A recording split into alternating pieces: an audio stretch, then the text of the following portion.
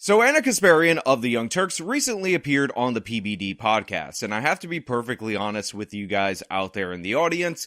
This was not my favorite interview of Ana Kasparian, and there are a number of reasons for that, and the first reason, which is the most obvious, is jealousy. I want to be on the PBD podcast, Ana got to do it, and that makes me really mad. Just kidding. Ana is obviously my best friend, because I said if she unblocked me on Twitter, we would be best friends, and best friends don't get jealous of one another. It actually comes down to the questions that were asked of her by the guys at PBD, which a lot of them revolved around, at least first and foremost, the idea of the birthing person controversy. And for me, this is one of the least interesting things about Ana Kasparian's pivot, or whatever you want to call it, in terms of certain policies, because this should be a no-brainer. However, and I do mean, of course, how and then ever, just because they initially focused on this and this had a little bit too much attention in this particular podcast, even though it's months old and it's a no-brainer, like I said before,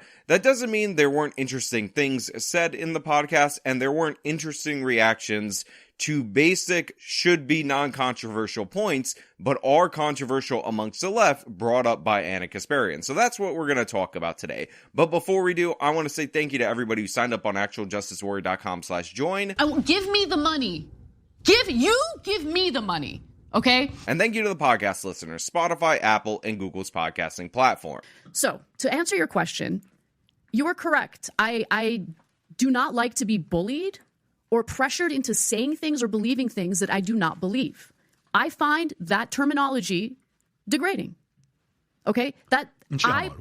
Because I'm not a birthing person. Okay? I'm a woman. What's wrong with being called a birthing person? Well, first of all, not all women even have the capacity to get pregnant. So right off the bat, we have this birthing person controversy, which, by the way, I first saw the clip for this on a Twitter account called Post Left Watch, because Ana Kasparian is apparently post left, and apparently Anna's a bad person because at some point during this part of the conversation, she happened to mention that you don't have to be called the N-word to find the N-word offensive. And the reason why this was so horrible for Ana Kasparian to say is because birthing person isn't as bad as the N-word. But the thing is, Ana didn't make that argument throughout this segment. What she did was make an analogy. This is the thing that annoys me about this entire issue and conversation, because they'll turn around and they'll say, no one's calling you a birthing person. Okay, does someone need to call an individual who finds the N-word offensive the N-word in order for him or her to find it offensive or degrading? You get what I'm saying? Of course. No one needs to be called that word to find it problematic or to have an issue with it. And besides which, I was called that, okay? Yes, in a medical setting.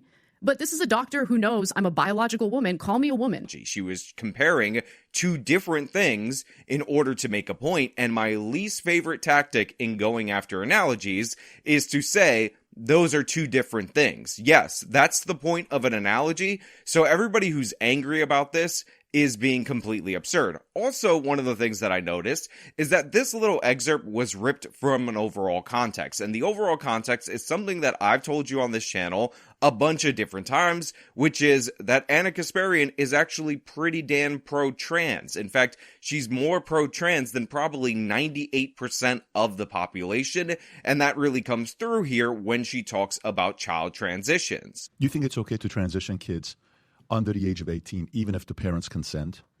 What do you mean, medically? Medically. Ana, you seem very smart to me, and I think you have common sense.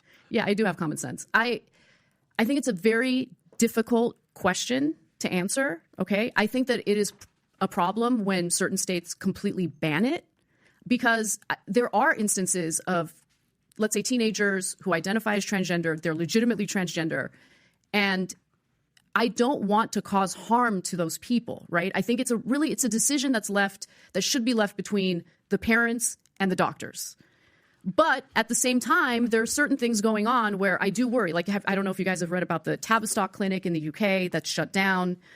And the reason why it shut down is because it just became this system of transitioning minors without really doing the proper protocols to ensure that they're working with people who are legitimately transgender. Okay. Now, while Anna is unsure / leaning against based on her tone and what she said right there, the surgeries under the age of 18, she seems to be okay with transition as long as it is done in the accompaniment of the parents and the doctor, which again is something that is considered further left than the general population, and honestly not something that I agree with. I don't care what anybody does when they're an adult. If you want to take the opposite sex hormones, if you want to get surgery, if you want to remove parts of your body, add parts of your body, or whatever, that is not really an issue for me. But when it comes to underage kids, and specifically the issue of puberty blockers, that's when I think we have major issues. We have seen the studies from Scandinavia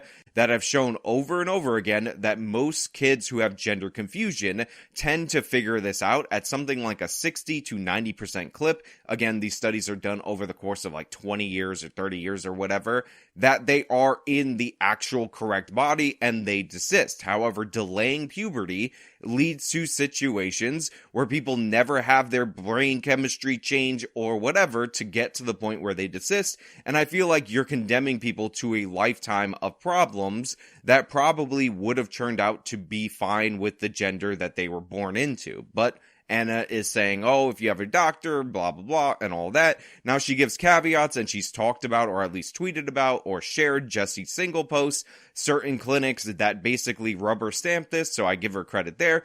But overall, I am against this for minors, other than like a social transition, because even though I know that's not something that I would likely do for my child, a social transition typically just involves wearing the opposite sex clothing and whatnot, and I think teenagers do that kind of stuff to rebel throughout history, and that is not an instance where I want the government to intervene. She also does make an important delineation between the gays and the transes, which I think is not spoken about enough. And I think that there's this conflation with the gay community and the transgender community, because think about it. Like, I think a lot of people on the left think of the trans community the same way they thought of the gay community, right? Like, yeah, why not legalize gay marriage? Like, what's wrong with that? Who's it hurting? But when it comes to some transgender issues, there is a lot on the line. And by the way, I 100% accept this distinction between the two. I think people are making a category error when they put them together. And while I am in favor of disclosing to the parents whether or not a child is presenting as the opposite sex when they're in school, and I don't like schools that keep that from the parents due to the exorbitant risk of self-harm from transgender individuals, I'm not actually in favor in all cases of parents having that information disclosed to them if the teacher thinks that the kid is gay. I don't think it's as productive to out a gay kid as it is for the potential safety and harm of the child if that kid is transes. So I would actually make it much lighter on the gay kids and much stricter in terms of the transes based on the differences between the two and the fact that we have to deal with the practical realities on the ground. He would sell out the American people to corporate interests, just like he did with PG&E, starting fires and destroying countless Californians' lives as a result of that. He bailed them out. He totally bailed them out. He has provided protection for them, even though they absolutely refused to update their century-year-old equipment, which everyone knew was going to lead to devastating wildfires. That's exactly what happened. The fire that happened in Hawaii, same thing there, Maui? Yes, but look, what happened in Hawaii is very similar. But one of the worst fires in California history happened in 2018. It was the Camp Fire. And that Camp Fire happened because a PG&E hook that was holding up the power lines broke. Now, what I wish would have been focused on more in this whole podcast episode are the segments on figures like California Governor Gavin Newsom. If you guys aren't aware, Ana Kasparian, not a fan of Gavin Newsom. In fact, she did a very interesting segment on her show recently, which I will link in full in the description, where she talks about, and this was referenced in the podcast, PG&E, which is a government-connected utility company that was responsible for a bunch of major wildfires, including that wildfire that basically destroyed over 1,000 homes in that town and led to the deaths around 80 people. And in fact, the company pled guilty to 80-something counts of negligent manslaughter. I don't remember the exact number. Again, look in the description. And essentially what Ana Kasparian explains to the PBD guys, but she does it much better in her own segment, which is why it will be linked in the description, is that Gavin Newsom worked out a deal where these people who lost everything, homes, the lives of their family members, and all that, were compensated over 50% with PG&E stock. Now, think about this for yourself. If you ended up getting significant damage to your lives, to your livelihood, and whatnot by a corporation, you know for a fact that that corporation's stock is going to tank significantly. So when you're paid based on the previous value of the stock before the crisis happened, you know immediately that that stock value is going to plummet. And that's exactly what happened to these California residents who still live in tents on their own property because they've never received the compensation in order to rebuild their homes. And one of the things that Ana goes over in that segment that's absolutely tragic is that the judge that oversaw this deal being brokered, which was only possible due to actions from Gavin Newsom, told them that they need to start rooting for PG&E's stock to go up. And if you guys are unaware, one of the things that led to this fire was the fact that they refused to change old hooks that kept power lines stable that would have cost them $10 per hook to change. And the reason they do this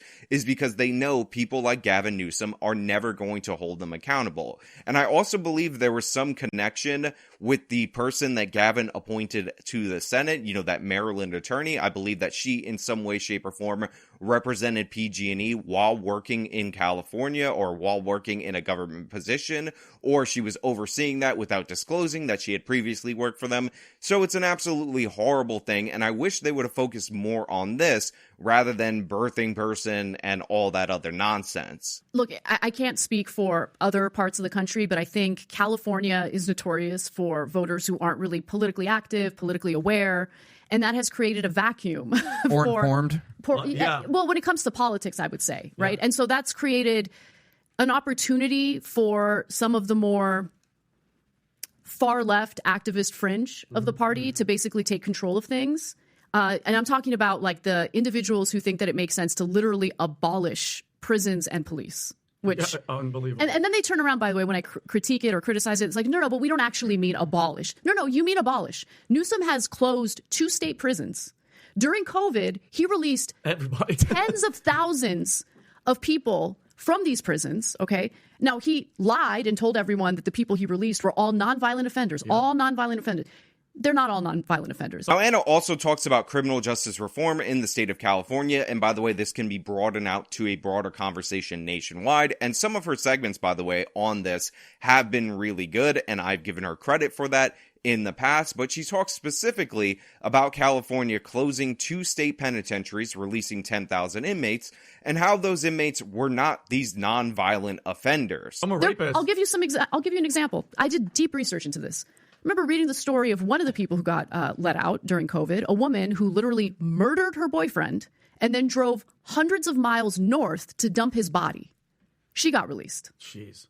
So how are you going to come to me and tell me, no, the only people who got released are nonviolent offenders? I will say that Ana gives an example of a female killer who ended up killing her boyfriend or husband and then dumped the body all the way in Northern California. And that's pretty bad. That's pretty egregious. Although I will give the caveat that female violent offenders tend to commit one crime on average and then they're done and they don't reoffend again. So maybe even though that crime was egregious, and I do believe in holding that woman accountable and I wouldn't have released her, she would not be the most likely person to reoffend. More interestingly about the state of California, and by the way, part of the reason why they did this is because they had court decisions related to their prison population being too large. Now, if I were Gavin Newsom and I were going to release 10,000 inmates, I wouldn't close the state penitentiaries. I would actually transfer inmates to those penitentiaries that now have more room in there, so that way the population of the prison can be spread out, which, by the way, prison density actually correlates with a lot of negative outcomes, so it actually helped the prisoners that are even in prison. But two, it doesn't end up addressing the point that the court wanted them to address, which was the fact that they have too much dense population of prisoners in the state of California. Now, they also passed a law that basically makes it impossible to put certain kinds of offenders in prison. Now, they say they have to be non-violent offenders, but let us be clear, non-violent includes robberies, burglars, and all these other instances, and by the way, also crimes that involve violence, and they can't be sent to prison. So instead, they get thrown into the county jail system, but the county jail system has no room for these people, so they need to release these people earlier and earlier, and sometimes they can't even hold them for even a tenth of their sentence. This is allowing a lot of people to be returned to the streets over and over again. We did a story on this channel of a guy who I believe pled guilty in one specific instance, one trial, to over 50 counts of felony burglary, which made 70 plus convictions for felony burglary.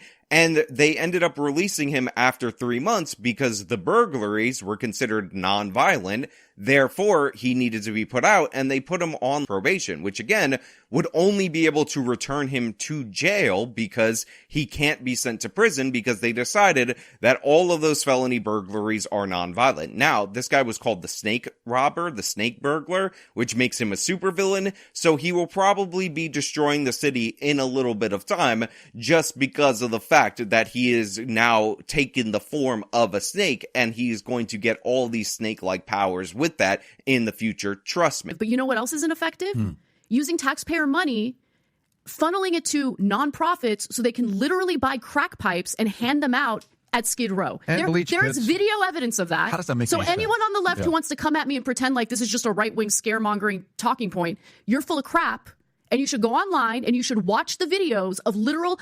We spent $13 billion in Los Angeles alone last year to combat homelessness. You want to know where that money went? That money went to these trash nonprofits who have a bunch of executives making $500,000 a year. You're working for a nonprofit dealing with homelessness. That's my money. That's my parents' money.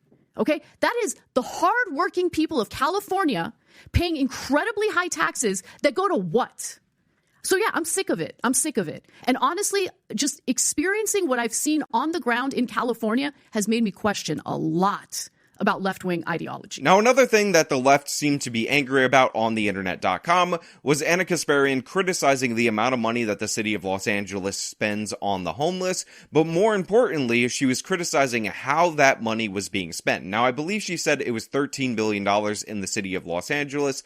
However, I think they actually spent less in the previous year, but Ana is on a live show, so her being 100% accurate on that, it could be excused for her being a little bit off, but the focus that she put on was one of these particular programs, which, by the way, Anna's big issue is that they're giving these monies to nonprofits. The people in those nonprofits make a ton of money managing the homeless, which is why the homeless problem never appears to be solved. This is something that I've criticized in the past on this channel. And one of the programs in particular was a program to hand out crack pipes to homeless people so that they could better use illegal drugs like crack. Now, Anna is not a drug warrior or anything like that, but obviously, this program makes no sense, and it makes significantly less sense than even the needle exchange programs. Now, I've said on this channel multiple times, I'm not in favor of the needle exchange programs. I think you can set up injection sites for these people to come to a central location, but as we've seen in San Francisco, where they're giving out 200,000 to 300,000 needles a month,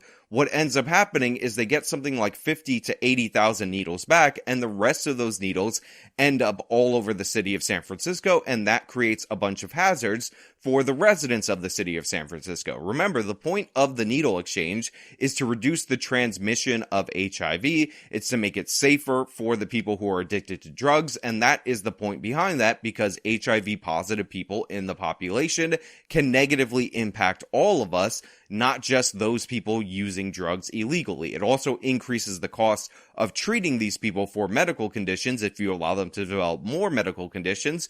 So in some regards, the needle exchange program, giving them clean needles, actually does make sense. Now, I think you need to attach the offer for help to get them off the drugs in the first place, but you can understand the logic behind that. But the thing is, crack pipes do not fall into that category. Crack pipes are not being used to inject between people, thus transmitting a virus like HIV. The purpose of giving people crack pipes is to give people an easier ability to use drugs, and this falls way more in the category of enabling than even the needle exchange programs that I criticized in the past, and Anna might have some legitimate criticisms for. So I think it is perfectly intelligent and smart to focus on this, because this is just burning your money in an incredibly unproductive way, and considering all the money that California spends on the homeless, this really is a problem that all of these organizations have all of these crap ideas that, again, seem to be to prolong homelessness rather than deal with it. Now, Anna also talked about San Francisco and private gun ownership, which we're going to take in that particular order, because I think that these are two things that are also being lifted from all contexts in order to smear her in an unfair way. So first and foremost, Anna is talking about these marketing campaigns that they're spending, telling you about how good California is, how great California is, and specifically this is happening a lot in San Francisco, because while major cities around the country seem to have recovered in terms of tourism, San Francisco is distinctly an outlier in that regard, and I think the only other city that still has a decline from pre-pandemic levels is the city of Chicago. And the reason for this is because people don't want to be around crime. People don't want to be tourists in San Francisco and have their cars broken into and have their stuff stolen. And Anna addresses that quite succinctly when she criticizes the advertising campaign. Okay. San Francisco is terrifying. And it's hilarious to me because the business community there wants to put lipstick on a pig. They want to put out this $4 million ad campaign pretending as though everything in San Francisco is all hunky-dory. It's not hunky-dory. San Francisco is a nightmare. Yes, violent crime went down a little bit, but your car's going to get broken into. Okay, you're going to get robbed. Those are up, by the way.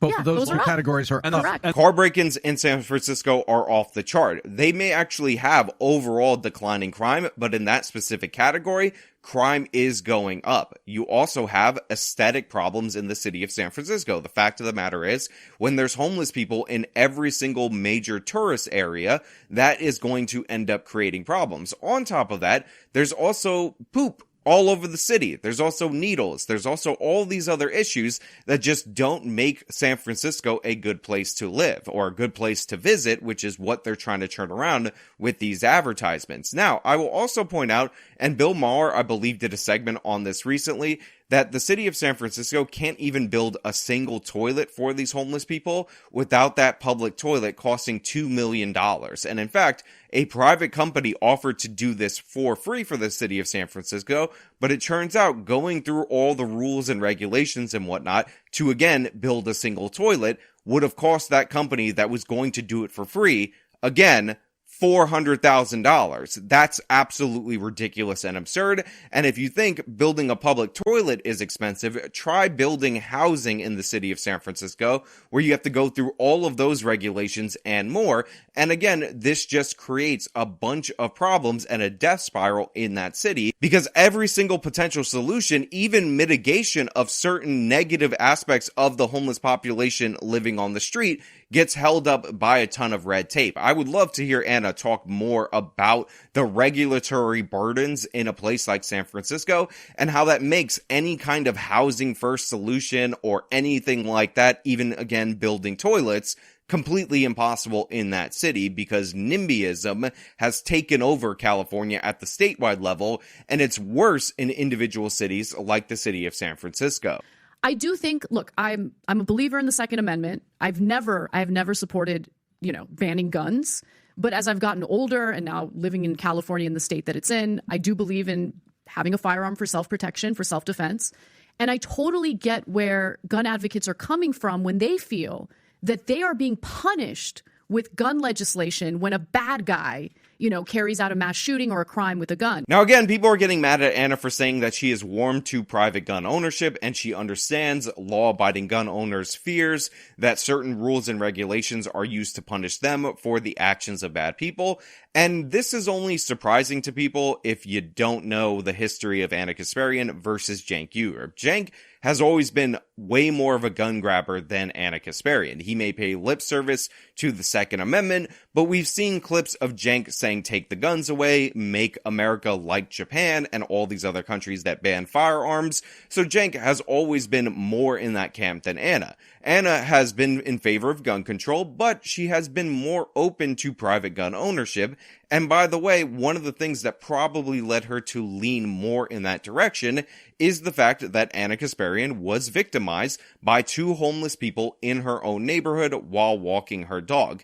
Ana is a small woman. She is 5'3", so the fact that somebody who is 5'3", who has been victimized by two male attackers, would feel like they would need a force multiplier in certain situations is perfectly reasonable and sensible, and based on her experience, you can understand why she's becoming more sympathetic to that position, not less sympathetic to that position. Now, I'm of the belief that even if Ana Kasparian is attacked by another 5'3" woman, and that person starts a fight with her without actually telling her that they're in a fight, that Ana is not obligated to engage in a karate battle with her attacker. I've made this point over and over again on this channel that if you aggress upon me, the idea that I can only meet you with limited force is a little bit ridiculous. Now, I'm not saying you kill somebody that punches you in the face or anything like that, but if you swing at me and I happen to have a baseball bat, you might get hit with the baseball bat. I'm just saying, I'm not going to put it down and say, hey, Mr. Sucker Puncher,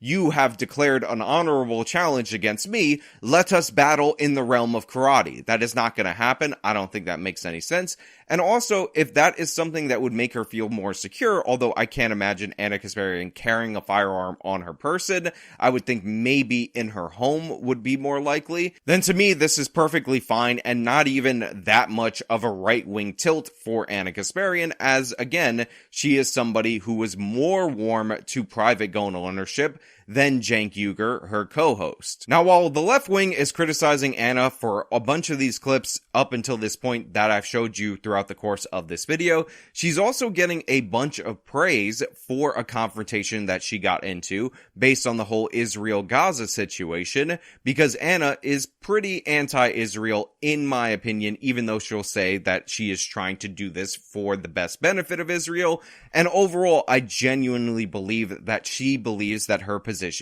will lead to peace. Now, I was going to cover this in this particular video, but I actually did a segment on Sitch and Adam's show, and during the course of that segment, Ana actually messaged Adam Friended because she believed that I was taking one of her positions from this particular podcast out of context. So what I want to do is hold this right here. I'm going to make an overall video on the way that people, specifically on the left wing, are talking about this in the future, but I want the time to delve into this issue particularly so that I can get a better sense of the positions of the people that I'm talking about, so that it cannot be argued in the future that I'm taking anybody out of context, because that's not my intention. And I know you guys want to hear about this because it's such a unifying topic, but it would be preferable to me if I had a much better grasp on their position from their point of view in their own words, so that then I can go after the things that they actually believe, not just what they might have said live and how it sounded to me, if that makes sense. So yeah, if you want to see me break down all these different takes related to this conflict, then leave a comment under this video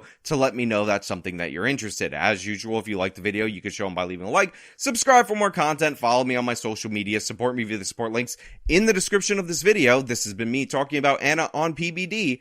Till next time.